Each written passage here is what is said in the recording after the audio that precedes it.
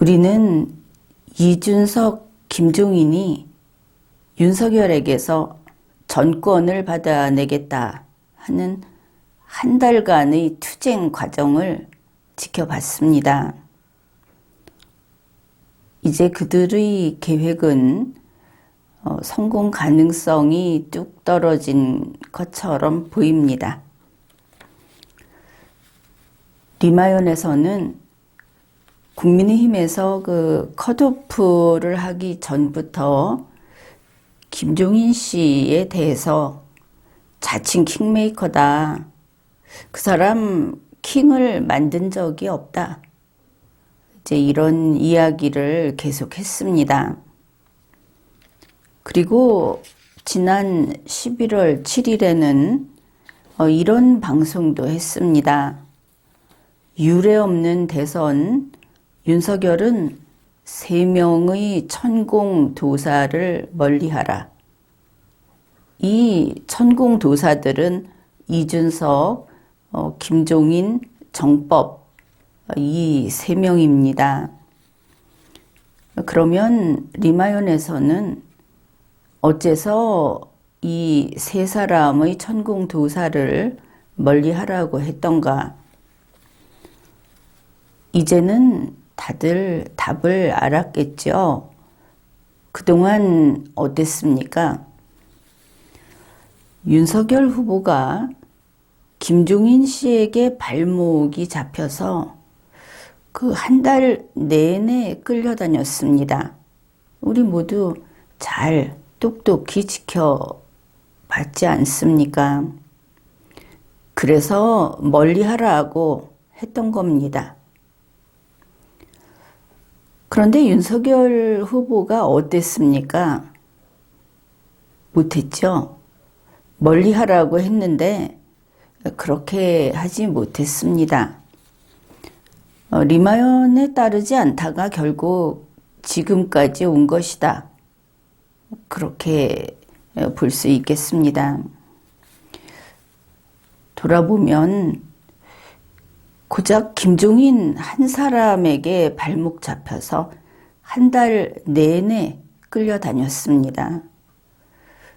이게 뭐냐? 그동안 한 달을 허비했다. 이런 뜻입니다.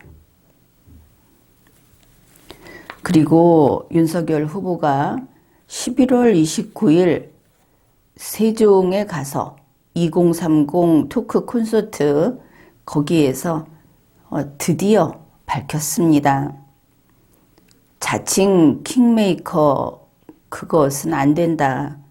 국민 킹메이커로 가겠다. 대선 100일 전이 되어서야 이제야 무엇이 답인지를 안 것이죠. 그러면 김종인에게 발목 잡혔던 기간을 보태보면 130일입니다. 130일 가운데 그 최종 그 대선 당일날까지 130일. 이 가운데 30일을 허비하고 30일 동안 시달리고 그리고 윤석열 후보 측의 조직에 금이 갔습니다. 그렇게 하고 나서 대선 100일을 남겨놓은 날에서야 김종인은 아니다. 국민 킹메이커다. 이렇게 된 것입니다. 결국 윤석열 후보 이제 와서 그 자칭 킹메이커라는 김종인을 버리고 국민 킹메이커라고 하는 출구 전략을 실행에 옮긴 것이죠.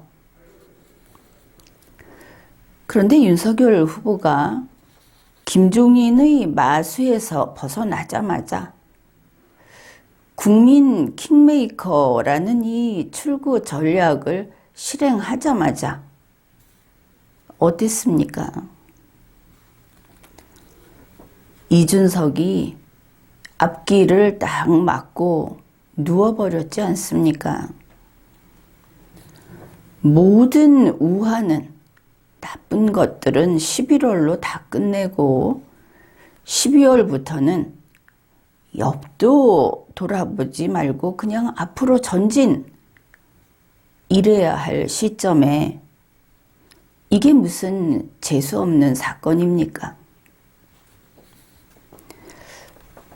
그동안 이준석이 한 소행, 우리 모두 잘 알고 있습니다.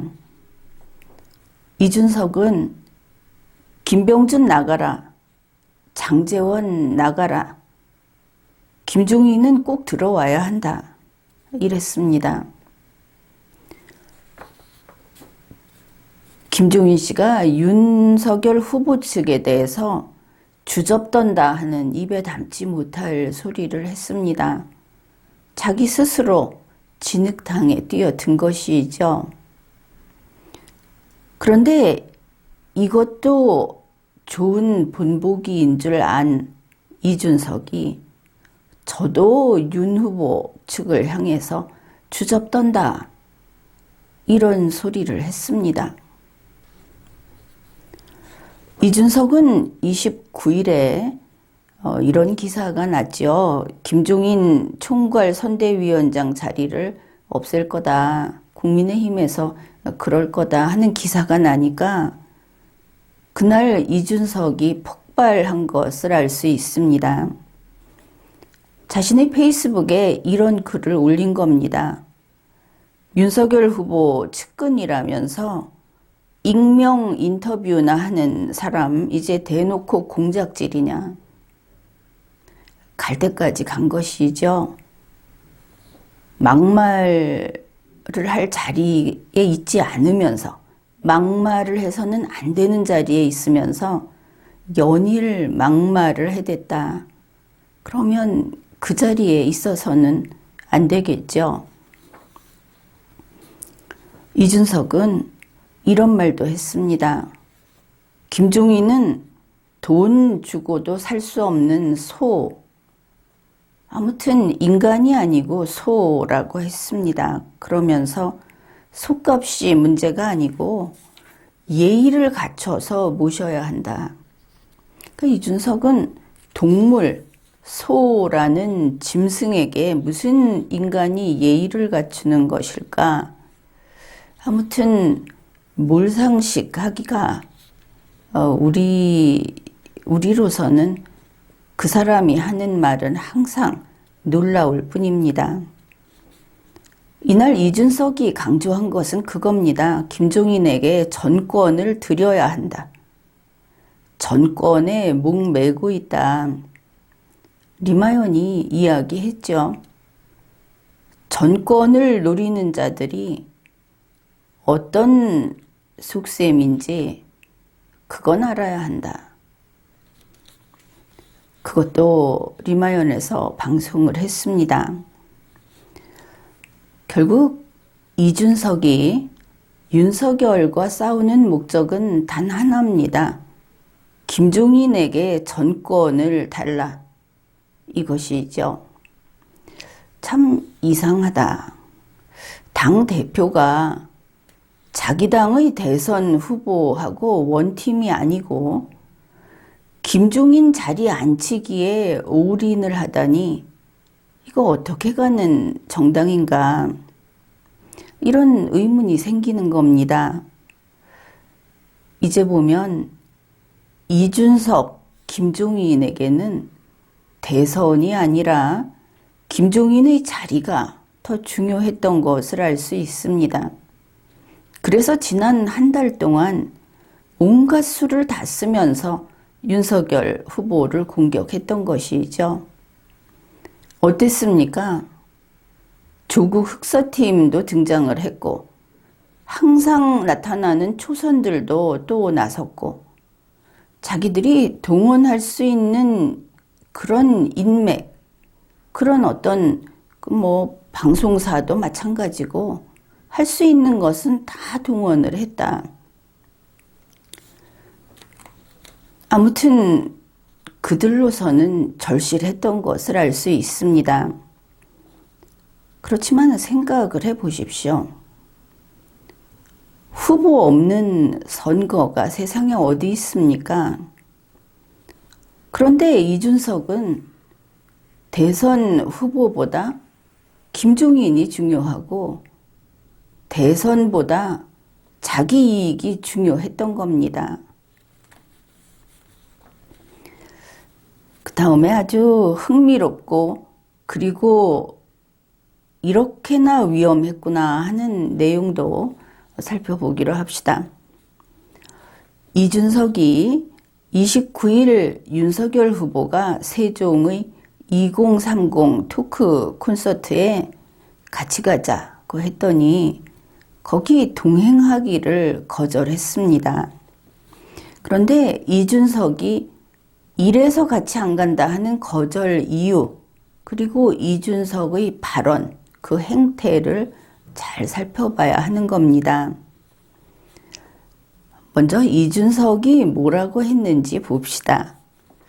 이준석 페이스북에 11월 29일 이런 내용을 올렸습니다. 어제 오전 9시에 언론에 먼저 나왔다. 윤석열 후보가 이준석 대표하고 같이 세종에 간다. 뭐 이런 내용이 나왔다 하는 뜻이겠죠. 그 다음 이준석의 글입니다. 이 기사가 나온 다음에 윤석열 실무진에게서 연락이 왔다.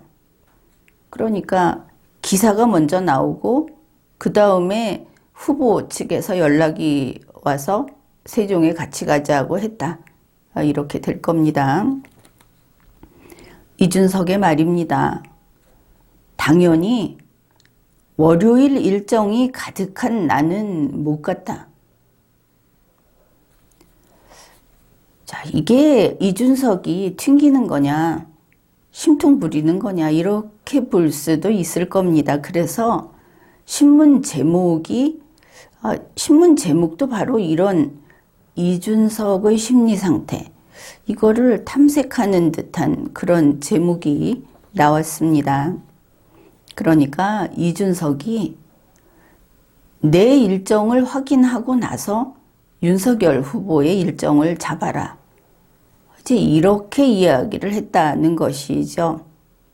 그런데 이거 그런 문제가 아닙니다.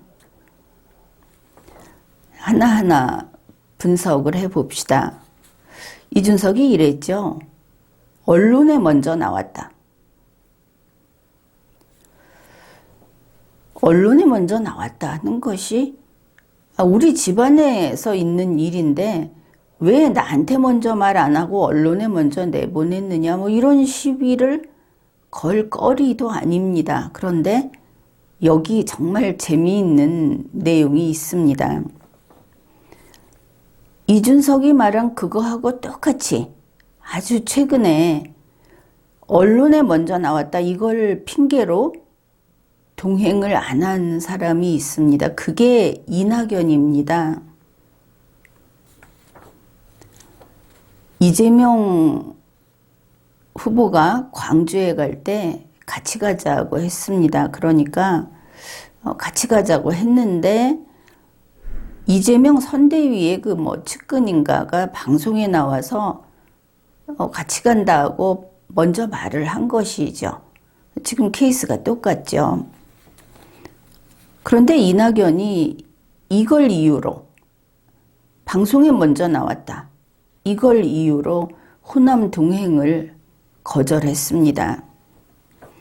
이준석이 그랬죠. 언론에 먼저 나왔다. 바로 이준석이 이낙연을 뺏겼다. 흉내내고 따라하고 베꼈다. 이준석이 이낙연을 베꼈구나. 물론 여러분은 그렇게 생각할 겁니다. 이준석이 그럴 능력이 되느냐. 이거 보고 척하고 베껴 올 사람이야 그야 김종인이지, 뭐 이럴 사람들도 있을 겁니다. 그 다음 내용입니다. 동일한 그 문장 중에 있는 것이죠. 이준석이 자기가 월요일 일정이 가득해서 못 갔다. 일정이 꽉 짜여 있어서 못 갔다. 이거죠.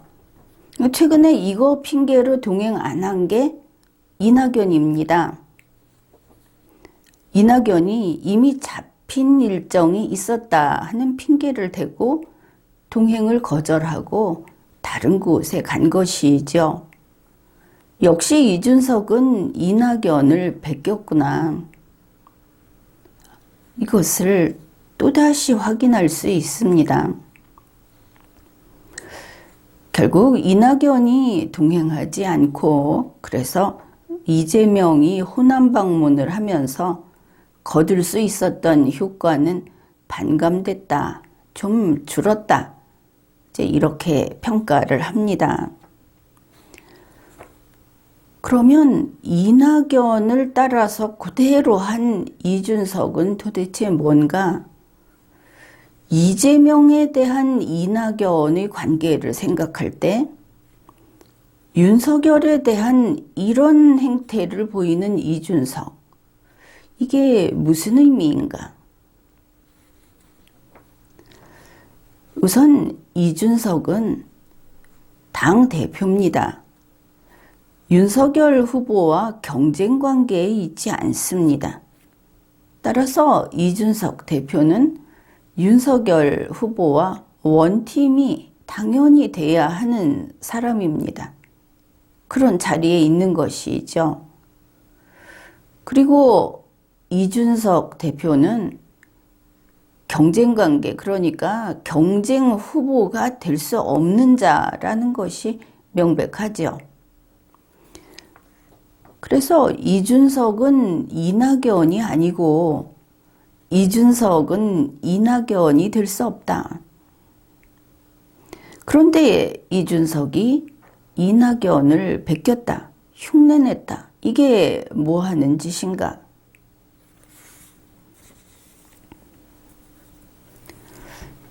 이번 대선은 후보 등록이 끝나고 선거일 당일이 지나봐야 정말 이 사람들이 후보였구나라고 한다는 그런 경선이 끝났을 때 끝나지 않은 상태로 진행되는 것이 이번 대선이다.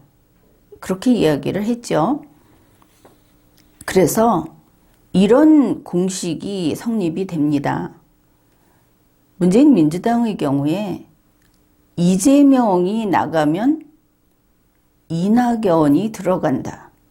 이렇게 이제 이어지는 것이죠. 그러면 국민의힘은 어떻습니까? 윤석열이 나가면 누가 들어간다. 이 괄호를 놓고 한번 채워봅시다. 공식에 따르면 윤석열이 나가면 홍준표가 들어간다. 일단 이렇게 되겠죠. 바로 다음 순위였으니까 가능성이 크다. 그런데 이 공식이 이 빈칸을 채울 이름이 그게 아닌 것 같다. 지금 벌어지고 있는 이런 상황을 보니까. 왜냐하면 지금 국민의힘에서는 이준석, 김종인이 같이 켤레로 고무신 한 켤레처럼 이렇게 움직이고 있습니다. 지난 한 달 동안 분란을 일으키고 싸움질을 한 것도 이 한 켤레 이들이 한 것이죠. 그러면 이 빈칸에 누가 들어갈 것인가? 윤석열이 나가면 이준석이 들어간다. 그런데 이준석은 자격 미달입니다. 김종인만 남게 되죠. 그럼 이렇게 된다는 것이죠. 방금 이야기한 그 공식. 이재명이 나가면 이낙연이 들어간다. 윤석열이 나가면 거기에 홍준표가 아니라 김종인이 들어간다. 그 공식이 좀 우리가 생각했던 거하고 다르게 가고 있다. 그렇습니다. 문재인 민주당에서 이재명 원팀을 이루는데 골칫거리는 이낙연입니다. 당연하죠. 윤석열 원팀의 골칫거리는 홍준표여야 하겠죠. 우리는 그게 당연하다고 생각을 합니다. 그런데 현재 국민의힘에서 윤석열 원팀의 골칫거리는 이준석, 김종인입니다. 그러고 보니 정말 그렇죠. 아니, 홍준표도 아니고 어째서 이렇게 되는 것일까? 다시 한번 확인을 해봅시다. 문재인 민주당의 이재명의 팀에서 지분을 요구하는 사람은 이낙연 측이다. 그렇습니다. 윤석열 팀에 지분을 요구하는 것은 이준석, 김종인이죠. 한 달 내내 전권을 내놔라. 후보가 중요하지 않다. 뭐 이런 식이었습니다. 이준석, 김종인이다. 홍준표가 아니라 어째서 이런 구도가 이렇게 굳어진 것인가?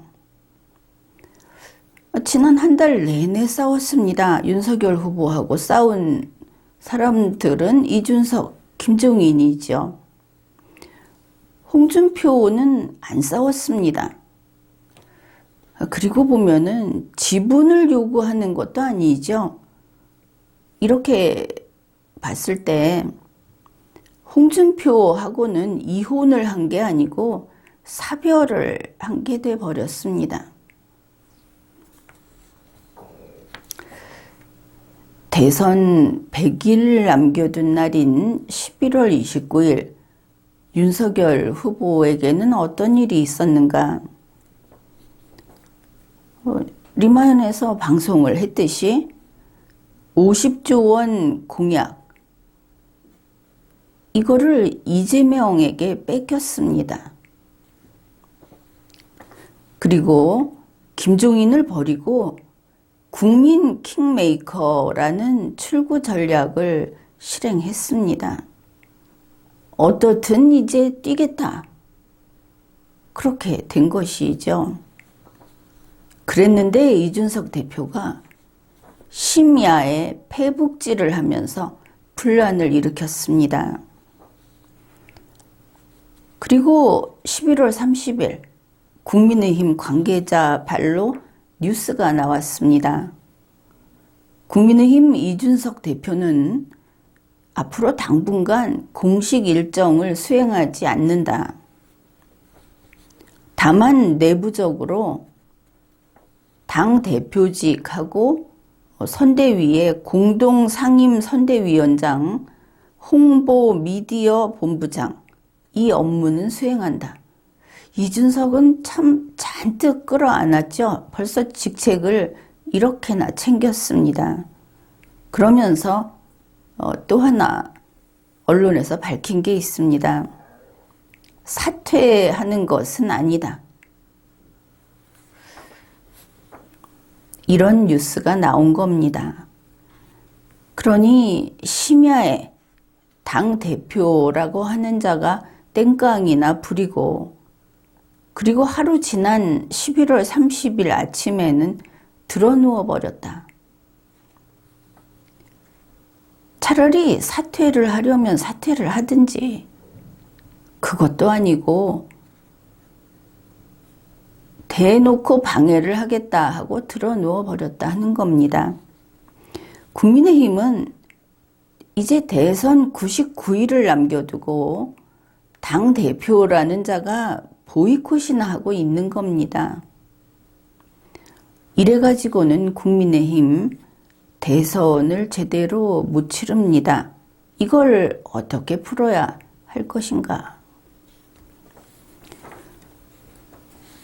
이제부터는 리마연이 주는 해법입니다. 지금 국민의힘에서는 이준석 당대표는 없어도 괜찮습니다. 더구나 이준석처럼 무능한 사고뭉치는 없는 편이 낫다고 하겠습니다. 그렇지만 홍준표 의원이 이준석이 없으면 안 된다, 이준석이 당대표에서 나가면 안 된다 하고 저렇게 필사적으로 비호하고 있습니다. 그래서 그러면 이준석을 지금 당장 쫓아내지 않고 이준석이 해야만 한, 이준석이기 때문에 해야 할 그런 일을 맡기는 그런 방법을 이야기하겠습니다. 그것은 바로 이겁니다. 이준석 대표는 전권을 윤석열 후보에게 내주고 즉시 광주, 전남으로 내려가야 합니다. 지금 내려가서 3월 9일까지 거기서 광주, 전남 사람이 되는 겁니다. 이준석 대표 데리고 있는 청년단들 있죠. 다 데리고 가서 거기에 뼈를 묻는다. 이건 좀 심하고 3월 9일까지는 확실히 뼈를 묻는다 하고 광주, 전남으로 가라 하는 겁니다. 거기 가서 그냥 사무실이나 뭐 이런 데서 있으라는 것이 아니고 이준석 대표는 택시를 몰아야 합니다. 본인이 이날을 위해서 그동안 준비를 다 해놓은 것으로 알고 있습니다. 언제라도 택시를 몰 수 있도록. 그러니 광주 전남에서 택시 운전사 노릇을 해야 하는 것이죠. 그러면 그것만 하고 뭐 주 5일 근무하고 퇴근하느냐? 그게 아니라 3월 9일까지 거기 꼭 박혀 있어라 하는 겁니다. 광주 전남에서 먹고 자야 하는 것이죠. 전화도 페북질도 하지 말고 대한민국에서 광주 전남 이외의 지역에서 사라져라 하는 것이 이 해법이고 지시입니다. 그러면 이렇게 해서 이준석 대표와 그 패거리들이라고 예전에 이야기했던 그들의 임무가 무엇인가? 이번에 가서 광주 전남에서 대선 득표 20%를 받아와야 합니다. 그걸 못하면 정계 은퇴를 해야 하겠죠. 혹시 당대표에게 광주 전남으로 사라져라. 그곳에 3월 9일까지는 꼼짝 못하고 갇혀 있어라. 그뿐 아니라 거기 가서 대선 득표 20%를 받아와라 하는 이런 이야기가 혹시 허황되다. 혹은 이준석이 미워서 그러는 거냐 이럴 사람들이 있을지 모르겠는데 이 방법은 그야말로 방법입니다. 그러니까 허황된 게 전혀 아니다 하는 것이죠. 기억하는 분들은 기억할 겁니다. 2012년 박근혜 후보가 바로 이 방법을 취했습니다. 그리고 성공했습니다. 이준석 대표는 광주 전남에 가서 3월 9일까지 택시를 몰아라. 그리고 대선 득표 20% 이거 중요합니다. 이것을 받아와라. 다른 곳에서 사라져라. 간단 명료한 방법이고 지금과 같은 상황에서 국민의힘이 대선 승리로 나아갈 수 있는 또 이준석, 김종인의 화를 극복하고 앞으로 나아갈 수 있는 방법이 이것입니다. 지금까지 리걸마인드 연구소였습니다.